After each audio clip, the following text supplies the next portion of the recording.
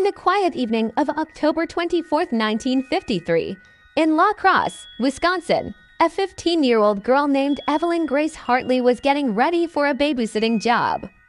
She was known by everyone as a model teenager, responsible, polite, and completely dependable.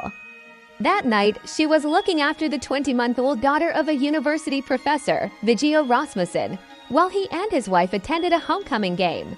Before she left, Evelyn promised her parents she'd call to check in, a routine she never broke. But that night, the call never came. Her father, Richard Hartley, started to worry. Around 8:30 p.m., he tried calling the Rasmussen house, but there was no answer. A sense of unease began to creep in. By 10:30, he couldn't ignore the feeling that something was terribly wrong. He drove over to the Rasmussens' house. All the lights were on, and the radio was still playing, but the house was strangely silent.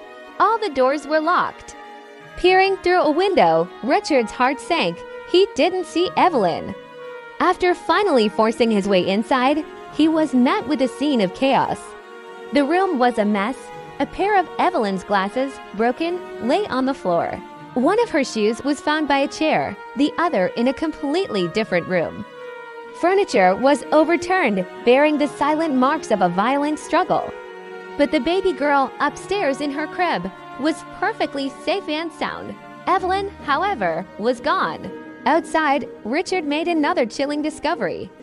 The screen on a basement window had been removed, and a small stepladder was propped up against the wall beneath it.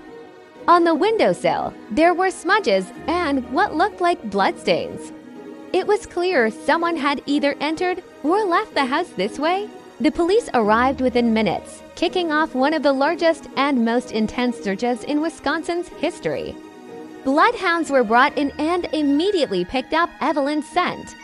They followed it for nearly 2 blocks, and then, abruptly, it just stopped, as if she had vanished into thin air. Investigators found more bloodstains scattered around the property, inside the house, and in the basement. Some shoe prints matched Evelyn's, but others belonged to someone else. The sheer volume of evidence pointed to a violent abduction, but the clues led nowhere.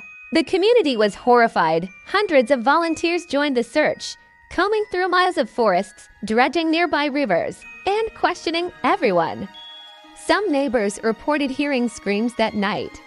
Others remembered seeing a car speeding away with 2 men inside. But these leads were fragmented and contradictory, and none of them brought the police any closer to finding Evelyn. The investigation quickly escalated. Police began questioning and administering lie detector tests to hundreds of people, college students, professors, and local workers. The FBI was called in to assist, but even their expertise couldn't crack the case. Every promising lead eventually turned into a dead end. One of the most disturbing aspects of the case was the amount of blood found.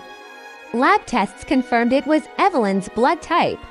The scene suggested a horrific struggle, but there was no body, no weapon, and no clear motive. How could someone vanish, leaving so much of themselves behind? Over the following years, the case went cold, but tips continued to pour in. People from all over the country reported seeing girls who looked like Evelyn, but each sighting led to disappointment. A chilling rumor even surfaced, linking Evelyn's disappearance to the infamous Wisconsin killer, Ed Gein, who was active during that time. But there was never any concrete evidence to connect him to the crime. By the late 1950s, the trail had grown completely cold. Evelyn's parents, heartbroken, eventually moved away from Crosse, but they never gave up hope of finding out what happened to their daughter. Every year on October 24th, the anniversary of her disappearance, the local community would quietly remember the girl who was taken from them, a painful mystery frozen in time. More than 70 years have passed, and the disappearance of Evelyn Hartley remains one of America's most haunting unsolved cases. With today's forensic technology like DNA testing and digital reconstruction, it's possible this case could have been solved.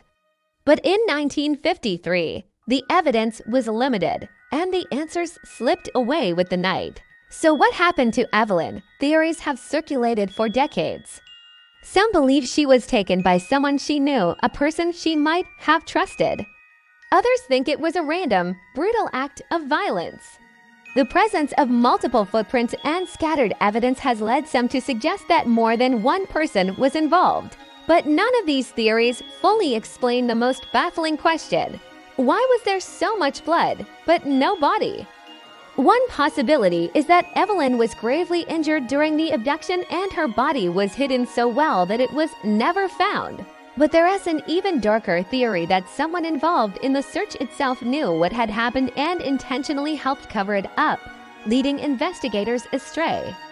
From time to time, new fragments of information surface. Old witnesses recall seeing strange cars parked in the neighborhood that night. Retired officers mention pieces of evidence that were never properly logged. But these small details only deepen the mystery, they don't solve it. The house where Evelyn vanished still stands in Crosse. New families have lived there over the years, many unaware of the dark history held within its walls. But some locals say that on quiet nights, when the wind whispers through the trees, you can still feel a certain presence, a flicker of a memory, a reminder of the 15-year-old girl who disappeared without a trace. Evelyn Hartley's story is a chilling reminder of how an ordinary evening can turn into a lifelong mystery, and how some questions may never find their answers. Thank you for watching. If you found this story compelling, please consider liking this video and subscribing to our channel for more content. We'll see you next time.